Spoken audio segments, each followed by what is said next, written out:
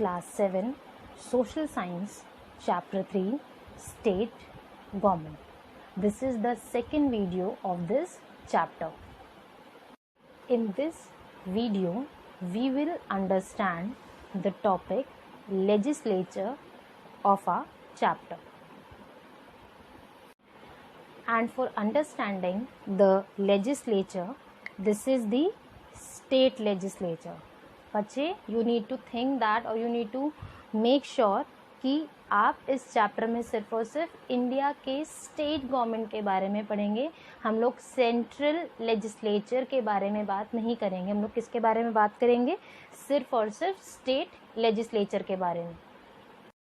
हम लोगों ने लास्ट वीडियो में इस स्ट्रक्चर या फ्लो चार्ट के बारे में बात की थी और हम लोग इस वीडियो में स्टेट ऑर्गन का लेजिस्लेचर वाला पार्ट या लेजिस्लेटिव वाला पार्ट हम कवर करने की कोशिश करेंगे. और स्टेट लेजिस्लेचर को समझने के लिए हमें सबसे ज़्यादा ज़रूरी है उसके स्ट्रक्चर को समझना. जैसे कि हम लोग बात करते हैं बेटा, लेजिस्लेचर क्या है? Legislature is what? Last video में भी आपको बताया, L for legislature, L for law making body. तो हम इसे क्या कहेंगे? L for legislature, L for law making body. तो ये स्टेट लेवल पर लॉ मेकिंग बॉडी है. लॉ बनाने के लिए जैसे कि हमारे पास पार्लियामेंट में 2 हाउसेज हैं, सेम हमारे पास स्टेट में भी एश्योर किया गया है कि लॉज बनाने में स्टेट गवर्नमेंट को कभी कोई प्रॉब्लम फेस करनी ना पड़े. इसलिए वहाँ पर भी लोअर हाउस और अपर हाउस है. स्टेट लेजिस्लेचर के अपर हाउस के लिए जो वर्ड यूज़ किया जाता है वो है लेजिस्लेटिव काउंसिल. क्या वर्ड है? Legislative council. और लोअर हाउस के लिए जो वर्ड है वो क्या है? Legislative assembly. इंडिया में टोटल 28 स्टेट्स हैं और हर एक स्टेट के पास अपना एक लेजिस्लेटिव असेंबली है. और इंडिया में सभी स्टेट्स के पास लेजिस्लेटिव काउंसिल नहीं है बच्चे. हम लोगों ने लास्ट वीडियो में भी ये चीज़ डिस्कस की थी कि लेजिस्लेटिव काउंसिल सिर्फ उन्हीं स्टेट्स में है जहाँ पर पॉपुलेशन ज़्यादा है या फिर बिग स्टेट्स हैं. या तो पॉपुलेशन ज़्यादा है या फिर स्टेट साइज़ में बिग है. तो इंडिया में 6 स्टेट्स ऐसे हैं जहाँ पर लेजिस्लेटिव काउंसिल है at present. Andhra Pradesh, Bihar, Karnataka, Maharashtra, Telangana and Uttar Pradesh. In states के नेम आपको पता होने चाहिए. बच्चे, आपको ये चीज़ भी जाननी है फॉर जनरल नॉलेज कि इंडिया का जो स्ट्रक्चर है ना गवर्नमेंट का, वो बहुत ज़्यादा थोड़ा टेक्निकल सा है या फिर हमने टेक्निकल जानबूझ के बनाया है. रीज़न है कि इंडिया में बहुत ज़्यादा डाइवर्सिटी है, बहुत ज़्यादा पॉपुलेशन है. तो उसे गवर्न करने के लिए गवर्नमेंट ने एक ऐसा सिस्टम तैयार किया है जहाँ पर बहुत अच्छे से या स्मूथ तरीके से गवर्नेंस किया जा सके बेसिकली. और इस स्मूथ गवर्नेंस के लिए क्या किया गया है? हमने कुछ डिफरेंसेस क्रिएट किए हैं और ये डिफरेंसेस सिर्फ और सिर्फ बेनिफिट्स दिखाने के लिए, फिर बेनिफिट्स देने के लिए कुछ स्पेसिफिक स्टेट्स को या कुछ यूनियन टेरिटरीज़ को हमने स्पेशल पावर्स दिए हैं. जैसे कि हमारे पास कुछ ऐसे स्टेट्स हैं जहाँ पर लेजिस्लेटिव काउंसिल और असेंबली है, कुछ ऐसे स्टेट्स हैं जहाँ पर सिर्फ और सिर्फ लेजिस्लेटिव असेंबली है. अब 28 में से आप 6 को माइनस कर दीजिए तो हमारे पास वो स्टेट्स आ जाएंगे जहाँ पर क्या है? सिर्फ और सिर्फ लेजिस्लेटिव असेंबली. और सभी स्टेट्स के पास क्या है? लेजिस्लेटिव असेंबली और लेजिस्लेटिव काउंसिल बोथ. ठीक है. एक चीज़ और जो लर्न करनी है आपको, दैट कि इंडिया में टोटल 9 यूनियन टेरिटरीज़ हैं. यूनियन टेरिटरी का मतलब क्या होता है? इंडिया का वो पार्ट या इंडिया का वो रीजन जो कि किसी स्टेट के अंदर नहीं आएगा, स्टेट के थ्रू रूल नहीं किया जाएगा. उसे कौन गवर्न करेगा, कौन रूल करेगा? सेंट्रल गवर्नमेंट रूल करेगी या फिर यूनियन गवर्नमेंट रूल करेगी. इसीलिए किसे क्या कहा जाता है? Union territory. टेरिटरी मतलब क्या हो गया, एरिया या रीजन। किसका एरिया या रीजन, यूनियन का, यानी कि सेंट्रल गवर्नमेंट का। तो हमारे पास दो ऐसे यूटीज़ हैं, दो ऐसे यूनियन टेरिटरीज़ हैं, फर्स्ट दिल्ली, सेकंड पुदुचेरी, जहाँ पर लेजिस्लेटिव असेंबली है।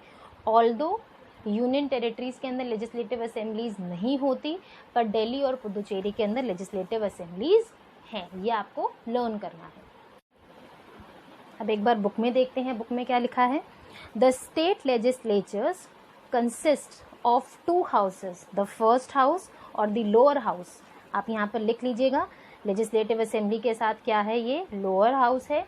लेजिस्लेटिव काउंसिल जो कि ये अपर हाउस है। Lower house is the assembly, council is the upper house. सबसे पहले हम लोग लेजिस्लेटिव असेंबली के बारे में पढ़ेंगे। All the states of India have a legislative assembly. सभी स्टेट्स के पास क्या है, लेजिस्लेटिव असेंबली है। The legislative assembly is the lower house. कौन सा हाउस है बेटा, लोअर हाउस है। ऑफ द स्टेट लेजिस्लेचर, हम लोग जब बात करते हैं लेजिस्लेचर की, तो here is the state legislature, lower house legislative assembly, state legislature, upper house legislative council. All the states of India have a legislative assembly. The legislative assembly is the lower house of the state legislature.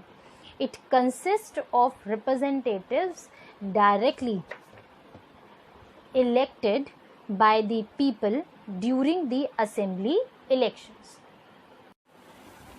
बच्चे, जब हम लोग elections की बात करते हैं India में, तो इंडिया में अलग अलग लेवल्स पर, अलग अलग लेवल्स ऑफ द गवर्नमेंट हो गए, अलग अलग मेंबर्स के लिए, ऑर्गन्स के लिए इलेक्शंस कराए जाते हैं। तो हम लोग अभी सिर्फ कुछ इलेक्शंस की बात करेंगे। हम लोग बात करेंगे डायरेक्ट इलेक्शंस के लिए। डायरेक्ट इलेक्शंस का मतलब क्या है, जहां पर इंडिया के 18 या 18 प्लस के जितने भी सिटीजन्स हैं वो लोग अपना वोट कास्ट करते हैं। और ये इलेक्शंस, आप लोगों ने कुछ इलेक्शंस के नेम बहुत नॉर्मली सुने होंगे, न्यूज़पेपर्स में, मीडिया में आप ये नेम सुनते हैं। एक वर्ड आता है जनरल इलेक्शंस, दूसरा वर्ड आता है असेंबली इलेक्शंस। मैं आपको जनरल इलेक्शंस न्यूज़पेपर में जब आप पढ़ते हो बेटा, तो इसे कहा जाता है आम चुनाव, ठीक है। असेंबली इलेक्शंस ये बहुत कॉमन है, इसे आप विधान सभा, नॉर्मली लोग इसे विधानसभा के नाम से जानते हैं, पर इंग्लिश में हम इसके लिए क्या वर्ड यूज़ करते हैं, लेजिस्लेटिव असेंबली। और being a English medium student, आपको इंग्लिश में वर्ड्स पता होना ज़रूरी है। तो इलेक्शंस की जब हम लोग बात करते हैं, डायरेक्ट इलेक्शंस जहाँ पर हम लोग वोट करने जाते हैं, जो कि 18 प्लस हैं। डायरेक्ट इलेक्शंस जहाँ पर हम लोग खुद जा रहे हैं वोट करने के लिए। तो कुछ इलेक्शंस जनरल इलेक्शंस होते हैं, कुछ इलेक्शंस लेजिस्लेटिव असेंबली इलेक्शंस, या फिर जिसे हम नॉर्मली असेंबली इलेक्शंस के नाम से जानते हैं। इसके बारे में हम लोग बात नहीं करेंगे ये, पर for your knowledge, assembly elections का मतलब होता है जब आप लोगों को लोकसभा या हाउस ऑफ द पीपल के इलेक्शंस के लिए इलेक्ट करते हो। असेंबली इलेक्शंस का मतलब होता है जब आप आपकी लेजिस्लेटिव असेंबली के मेंबर्स को इलेक्ट करते हैं, जिसे हम लोग normally MLA, member of legislative assembly, और लेजिस्लेटिव असेंबली के मेंबर और MLAs किसके थ्रू चूज़ किए जाते हैं, असेंबली इलेक्शंस के थ्रू। इसके बाद it consist of representatives directly elected by people during the assembly elections, यानी कि लेजिस्लेटिव असेंबली में कौन लोग बैठते हैं, कौन लोग डिसीजन लेते हैं, जिनका इलेक्शन किया जाता है डायरेक्टली। कौन से इलेक्शंस के अंदर, असेंबली इलेक्शंस में। ये चीज़ याद रखेंगे। इसके बाद एक वर्ड है बेटा आपका कॉन्स्टिट्यूएंसीज, पहले इसे समझ लेते हैं, बहुत इंपॉर्टेंट वर्ड है बच्चे। जब हम लोग कॉन्स्टिट्यूएंसीज की बात करते हैं तो कॉन्स्टिट्यूएंसीज बेसिकली क्या है, किसी भी स्टेट का ज्योग्राफिकल डिवीज़न है। ज्योग्राफिकल डिवीज़न मतलब कि आप एक बड़े नेशन इंडिया को आप सबसे पहले आपने क्या किया, कुछ उसके छोटे या बड़े हमने कुछ स्टेट्स में कन्वर्ट कर दिया, हमने उसके बहुत सारे स्टेट्स बना दिए। जैसे कि हमने इंडिया में 28 स्टेट्स और 9 यूटीज़ बना दी, ठीक है। अब हमें तो इलेक्शंस कराने हैं। अब इलेक्शंस के लिए हम लोग क्या करेंगे, किसी भी एक स्टेट को एग्जाम्पल की तरह समझते हैं। फॉर एग्जाम्पल हम लोग यूपी की बात करते हैं, उत्तर प्रदेश। तो हमने क्या किया, यूपी में गवर्नमेंट को सेटअप करने के लिए छोटे छोटे पार्ट्स में उसकी पॉपुलेशन के बेसिस पे, ठीक है बेटा। जब हम लोग पॉपुलेशन के बेसिस पर डिवीज़न करेंगे तो बेसिकली छोटे छोटे पार्ट्स में वो डिवाइड हो जाएगा, और पर्टिकुलरली जितने भी आपके मेंबर ऑफ लेजिस्लेटिव असेंबलीज होते हैं, यानी कि जितने भी हर एक स्टेट के लेजिस्लेटिव असेंबली के मेंबर्स होंगे, उतने ही डिवीजन्स आप स्टेट के करते हैं। जैसे कि दिल्ली के 70 MLAs हैं, तो हमने दिल्ली को 70 छोटी छोटी कॉन्स्टिट्यूएंसीज में डिवाइड किया है। तो कॉन्स्टिट्यूएंसी क्या है, किसी भी एक स्टेट का ज्योग्राफिकल डिवीज़न जहाँ पर हर एक रीजन, ये छोटा सा जो पार्ट है बेटा, ये कॉन्स्टिट्यूएंसी है, ये एक सिंगल कॉन्स्टिट्यूएंसी है। तो एक कॉन्स्टिट्यूएंसी से एक रिप्रेजेंटेटिव आते हैं, वन कॉन्स्टिट्यूएंसी वन रिप्रेजेंटेटिव। तो हमने नेशंस को, पहले नेशन को स्टेट्स में डिवाइड किया, स्टेट्स को फिर हमने कॉन्स्टिट्यूएंसीज में डिवाइड किया। ये डिवीज़न क्यों किया गया है, ताकि हम लोग हर एक एरिया से, हर एक छोटे से छोटे रीजन से हम लोग क्या लेकर आ सकें, उस रीजन का, उस एरिया का या उस कॉन्स्टिट्यूएंसी का रिप्रेजेंटेटिव।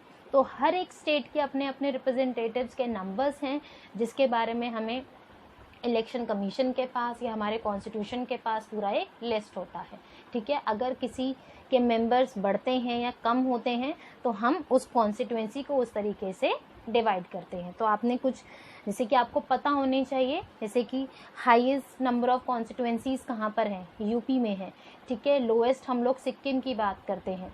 तो ये एक डिवीज़न किया गया है जिसे हम चैप्टर में डिटेल में धीरे धीरे करके लर्न करने की या समझने की कोशिश करेंगे।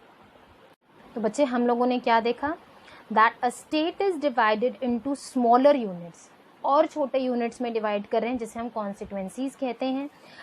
The candidates elected in each of these constituencies become the members of the legislative assemblies, यानी कि जो भी पर्सन उस कॉन्स्टिट्यूएंसी के अंदर इलेक्शंस में कंटेस्ट करता है या इलेक्शंस में पार्टिसिपेट करता है, फिर जीतता है, और जीतने के बाद क्या कहलाता है, वहाँ का रिप्रेजेंटेटिव, या फिर वहाँ का उस रिप्रेजेंटेटिव को क्या कहेंगे, ही और she is the member of legislative assembly.